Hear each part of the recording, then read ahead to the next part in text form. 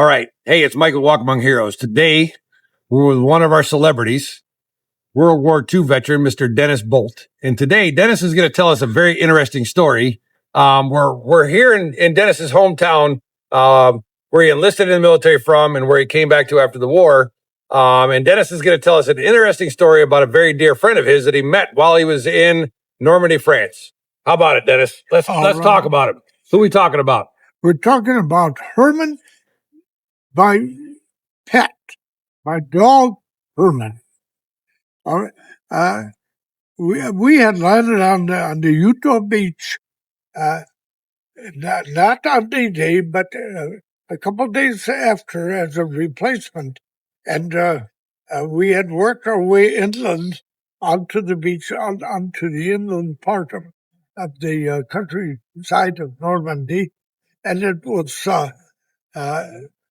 we were a 40 millimeter unit with a quad 50 machine gun that was our armament, and we were restricted more or less to the travel on the little country roads that existed because of the mining that had taken place in all the fields.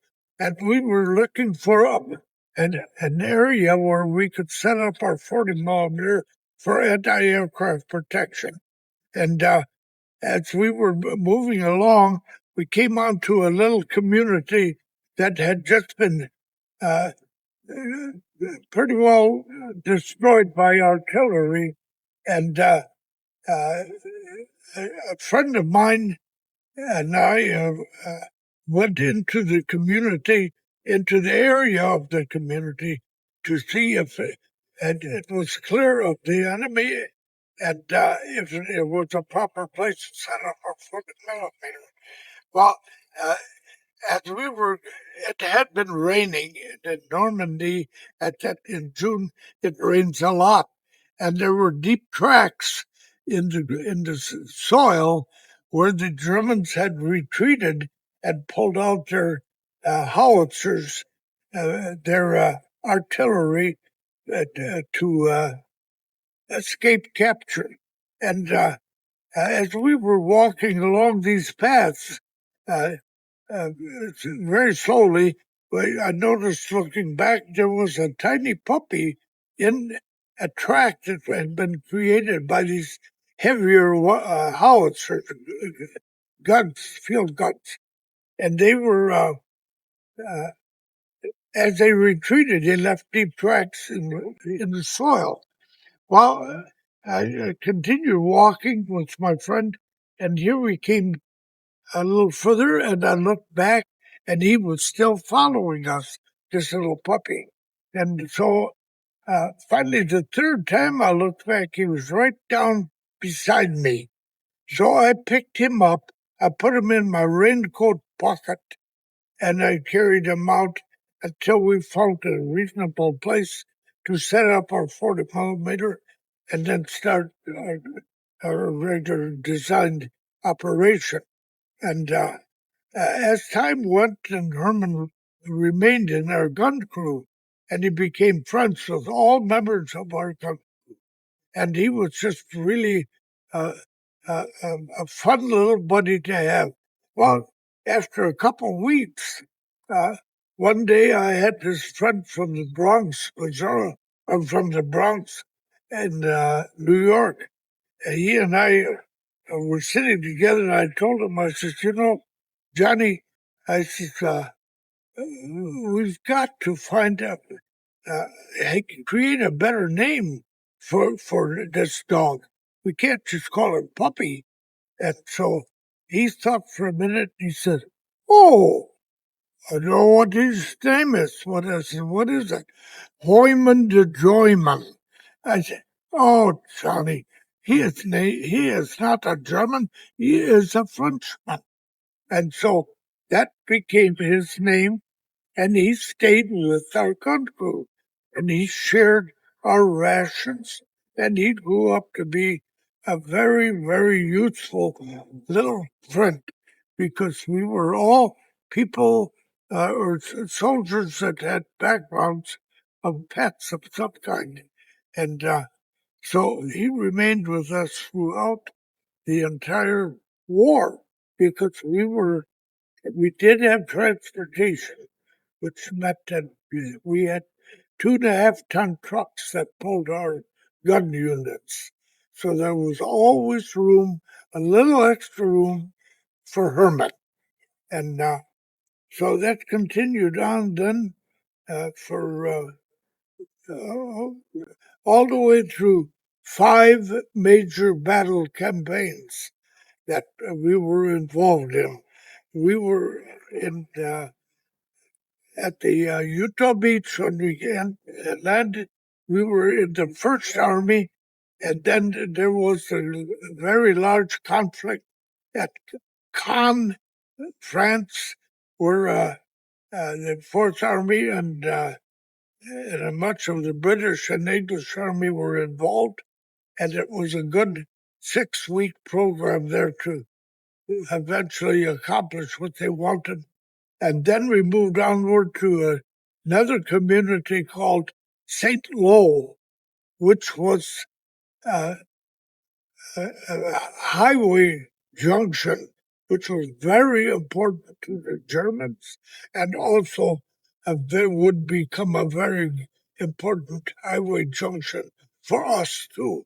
So after a very fierce battle at St. Lo, the Germans were evicted, and General Patton was given the Third Army and all the armament, and we were transferred into Third Army, where we remained the rest of the war. So many of the major battles that I was involved in was in the with the Third Army under General Patton. And Herman lived with us through all this time. And then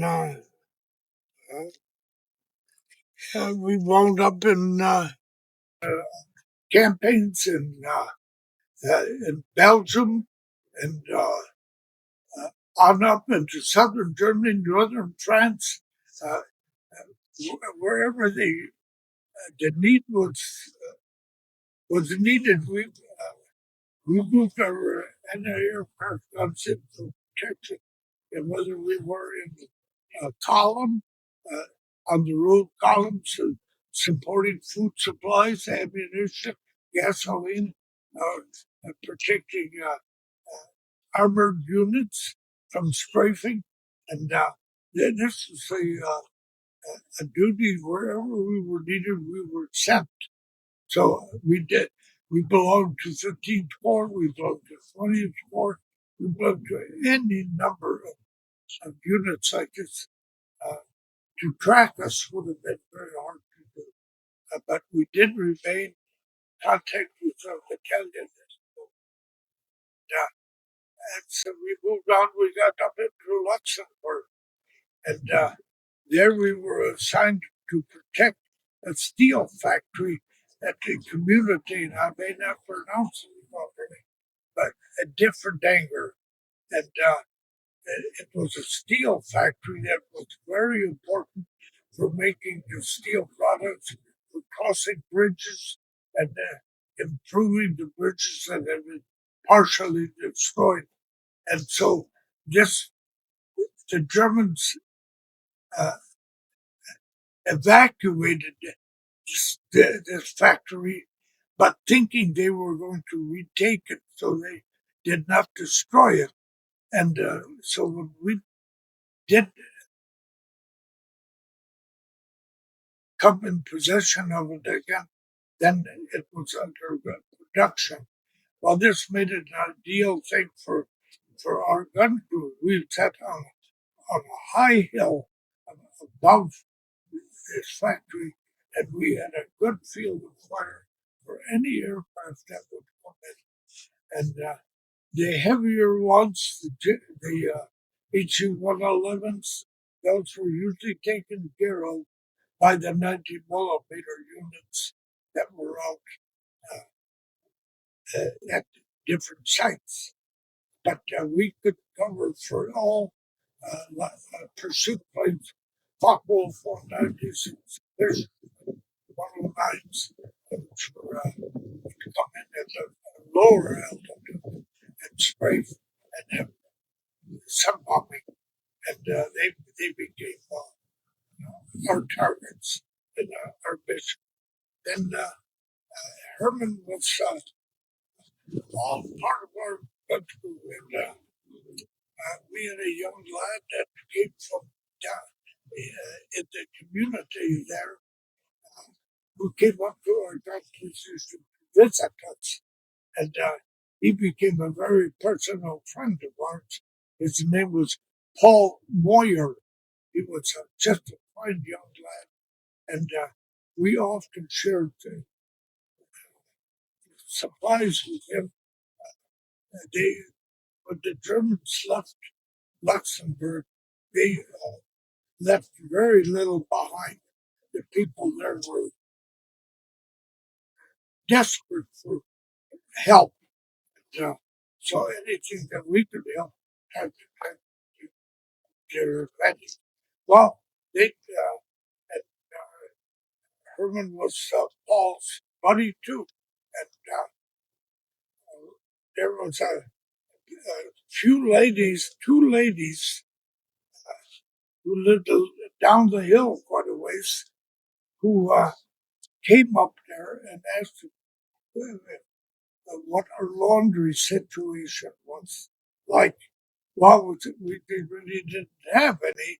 Occasionally, we would turn in our old fatigues and be issued new ones. And that was about our laundry system. Well, these ladies asked if we had sabon, which is soap. I said, well, yeah, we do have soap.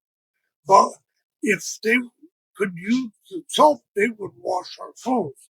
Well, I know that they were also washing their clothes, which we had no objection to. And they did our laundry for quite some time. Then, as it was, this huge factory had huge steam boilers where they got much of their energy supply. And we made friends with some of the engineers there, and they allowed us to use their showers, which was something that was absolutely unavailable out in the field. And so we would take turns certain times of the week when we were take turns and go down and take showers. Well, it so happened that after a while there, for a number of days, we could not find Herman around our gun position. He was not there. And we thought, well, now what the world? Is he out chasing rabbits or what is going on? Anyway, we could not find him. We searched. And then maybe, on the third to the fourth day was our turn to go down and shower. Well, on the way down, walking down the hill, we kept whistling for Herman, and we came out to this small path that led up to the shack where these laundry ladies lived, and then I heard a barking, and I said, what the world is this? And I whistled again, and I knew that was Herman's voice, and so went up there, and there inside of a little cage was our Herman, locked up. And I looked at those ladies, and I asked in German, I said, wollen Sie meinen Hund essen? Do you want to eat my dog?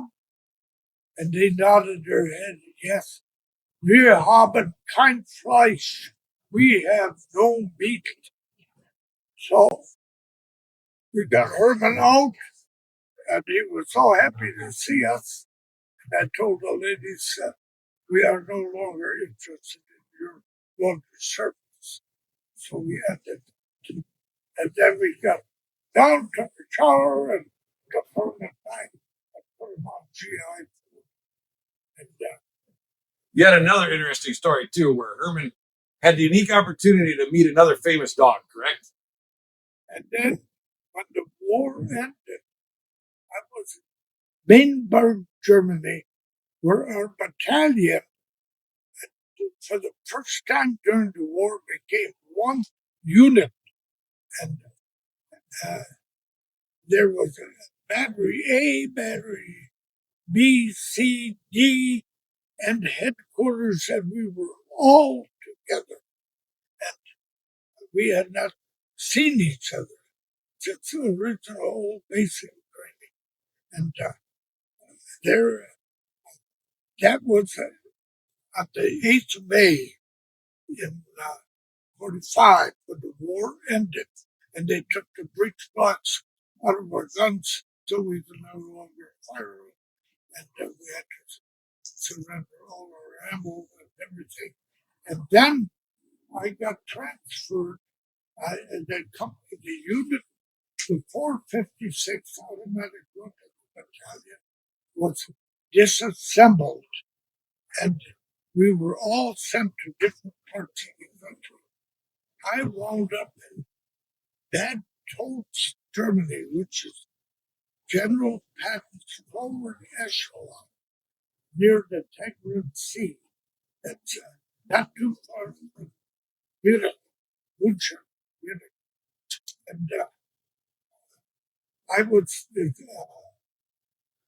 assigned to take officers to different parts of Germany and Belgium,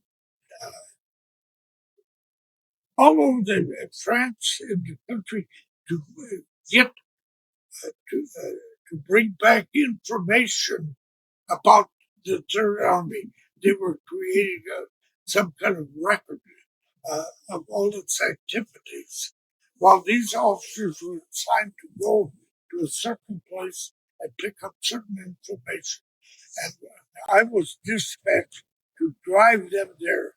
I drove to Nuremberg, Frankfurt, Innsbruck, all over. I mean, I traveled the Autobahn quite a bit, and it was a very interesting part of my duty. Well,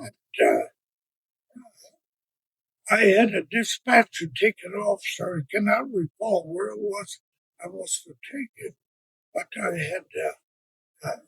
I was waiting in the Jeep with my Herman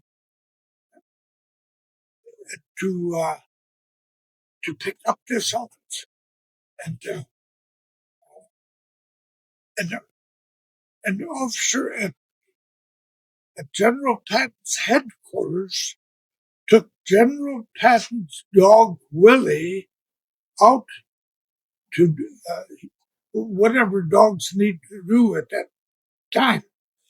And as they took him out of the General Patton's main office door out into the grassy area there, my Herman saw him, jumped out of the Jeep and ran over there and got into a big hustle with him. Round and around they went. And there was very, very serious and bad dog language being exchanged there. And I ran over and I grabbed my Herman around the waist and I picked him up. And this officer looked at me and he said, "Soldier, is that your dog?" I said, "Yes, sir." And he said, "That is a damn good dog, but you better take care of him." I said, "Yes, sir." I saluted him, and away I went to my Jeep, and I tied a tent rope around his neck, and that tent rope, the rest of it I tied down onto the Jeep rigging, and he could not get out anymore. And then, as the time went then, I did not have a very high number. My number was 66, and they were releasing men with 104, 105, and then as those men were released and discharged, then it would drop and drop and drop until finally one day it came. They called my name. Well, now I had had a discussion with all the rest of the gun crew, and I said, one of you are going to take Herman, take him, give him a home. Nobody wanted it. They said we have a dog at home, or we have no reason to keep him. And so I said, well, then I will keep him. But I promise you one thing. If I go to take him aboard ship, they tell me I cannot keep him. I will turn him loose. I will not destroy him. I will turn him loose. And they agreed to that, so I gave him. And then, as the process went along, I went to a camp on the coast of France called Philip Morris. And there I was processed I had war souvenirs, which were registered, and but I did not possess any equipment that was not allowed for us to take. And so I passed the exam at Philip Morris. From there, I was transferred to Lucky Strike, where I went another process that was sort of similar, even more thorough. And I passed that. And then Herman and I were still together. And then sent to Le Havre, France, where we finally found out that we would be going aboard a ship. Well, there was a sergeant we did not know who was not a part of our unit, but he was assigned to take care of a group of GIs. Well, we needed it. We needed a supervisor. And he had a dachshund. His name was Goombox. He loved his dog, and he had made arrangements. He knew what ship we would be going on. He made arrangements with the sailor aboard that ship to board his dog, but it cost him $200. He paid him, and he came back and he told us, he says, "Oh, you guys with your dogs, you know what's going to happen to you? You're going to get onto the gangplank. They're going to tell you can't have that. And you're going to have that."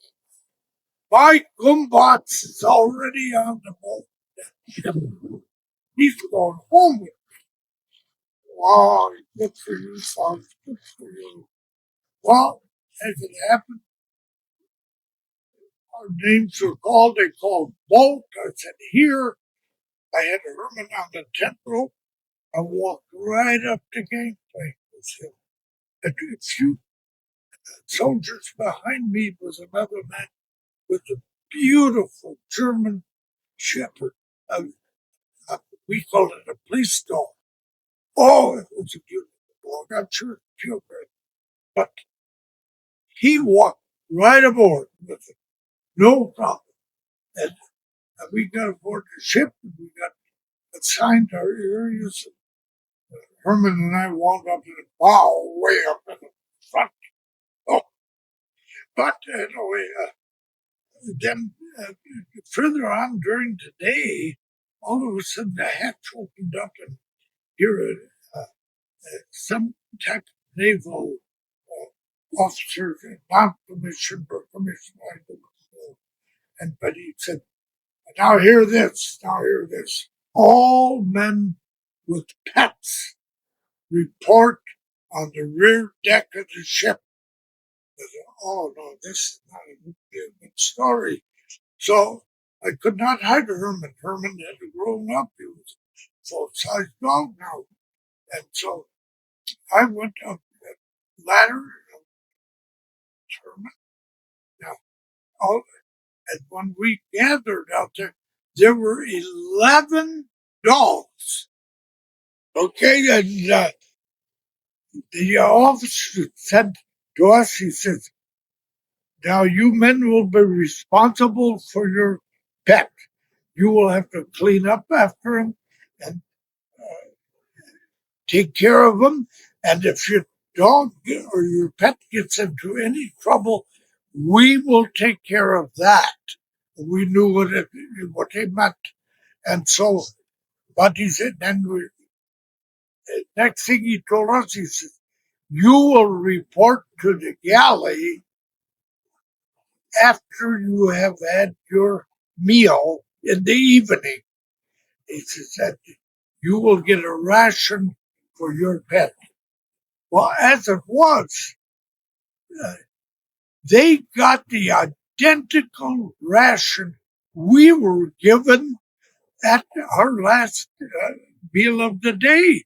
So our pets lived very well, and they were protected by the U.S. Navy, whoever it was that operated that ship. So that is kind of the story of my Herman, because from there on, there was a long, sad trip over trying to cross the North Atlantic in December, which is a Navy's nightmare. Then you made it back to the States, correct? We made it back to the States. And then what happened? Now tell us about that part of the journey when you finally got Herman back. Oh, well, all right. I finally got Herman back, and I wound up in Wisconsin, in Camp McCoy. Camp McCoy, Wisconsin, where I got my discharge. Well, I had gone through the process, and I had received a little mustering out pay so I could buy a ticket home. Well, I went to the depot agent there at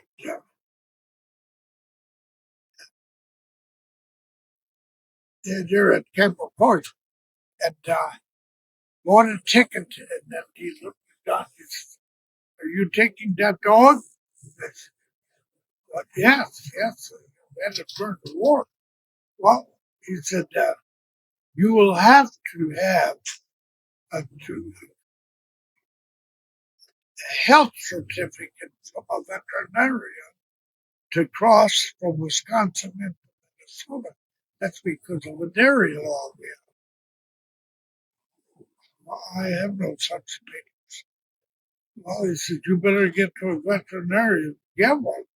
I said, well, where is that? He said, well, in Sparta. That's a community just where they found out. So I said, I'll go there. Well, get a taxi. Okay. I got a taxi. I told the man, now I've got to get to a veterinarian. I need a health certificate for my dog. So he said, okay. And he knew where to go. And away we went. And I got to the veterinarian, and he asked what I needed. And I told him. I showed him my dog, and I told him what my problem was, and a little bit of the history. And he very willingly said, has your dog ever been sick? I said, no, I can't recall that.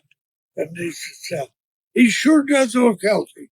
And he touched him, and he signed a paper, give me a clean bill of health for my room.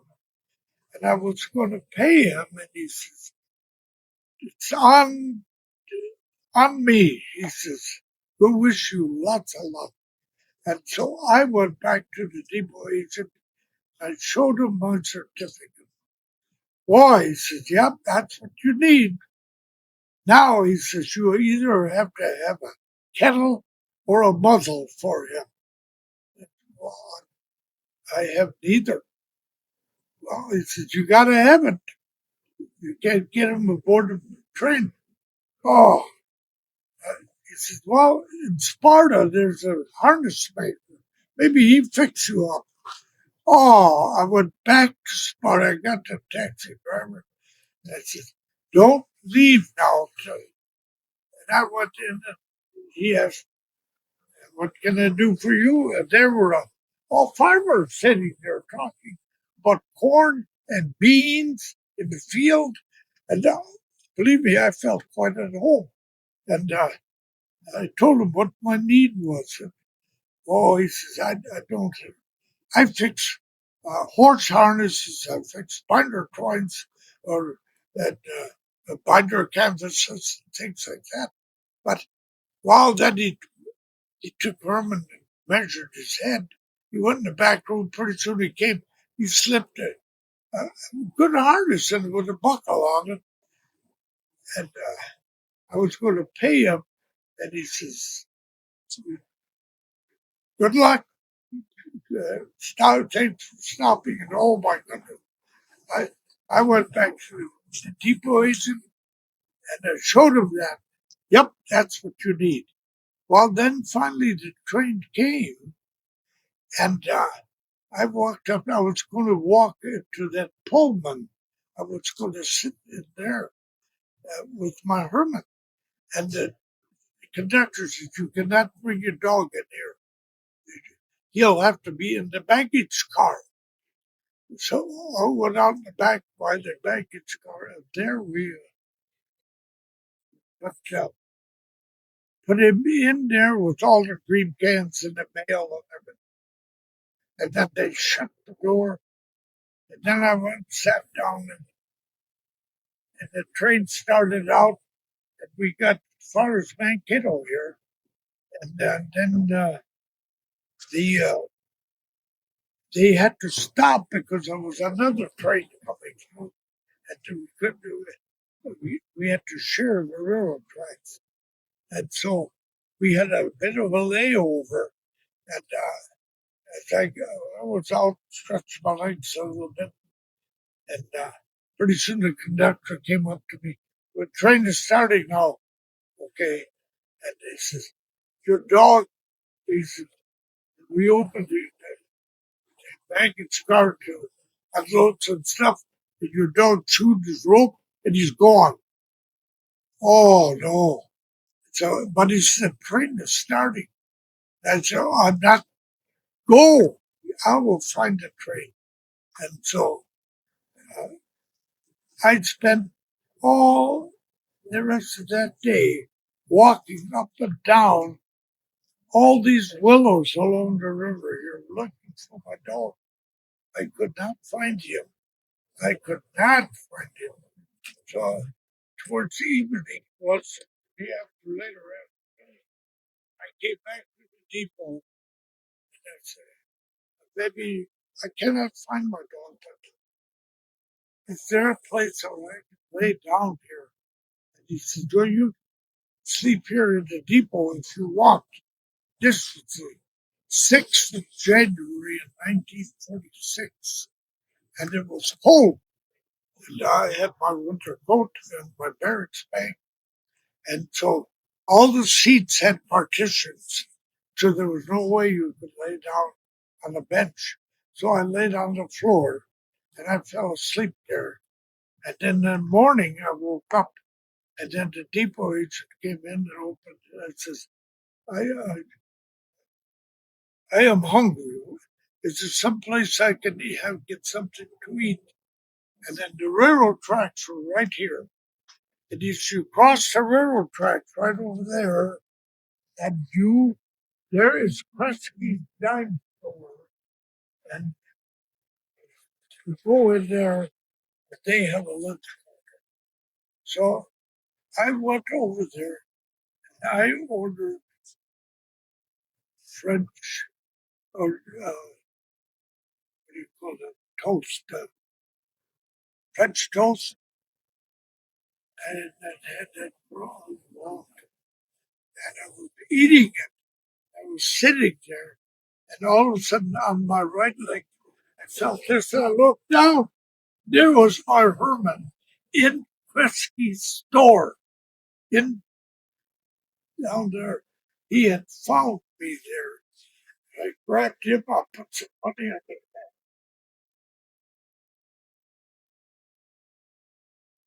Paid for my lunch.